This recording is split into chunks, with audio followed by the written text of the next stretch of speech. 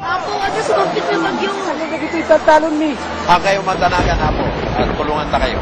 Lucy Almira, Apo. Salamat. Salamat na. Kayo Apo kailangan. Bahagi ng buhay ang mga kalamitan. Hindi natin ito mapipigilan, kaya dapat paghandaan. TALK. Pag-usapan ng paghahanda kontra kalamidad sa pamilya at komunidad. Emergency plan. Plano kung paano at saan ililigtas ang pamilya. Organized documents. Gawa ng kopya ang importanteng dokumento. Disaster supply kit. Mag-imbak ng pagkain, tubig at first aid kit. Officials, kausapin ang mga pinuno ng komunidad at alamin ang kanilang emergency plan. Remember emergency numbers. Tandaan ang lokal na emergency numbers pati na ang sa Disaster Coordinating Council. Offer your help. Kapag ligtas na ang pamilya, magbigay tulong kung kailangan. Ako po si Gilbert Gibo Chodoro. Tandaan na sa maagap na paghahanda, ligtas ang bukas.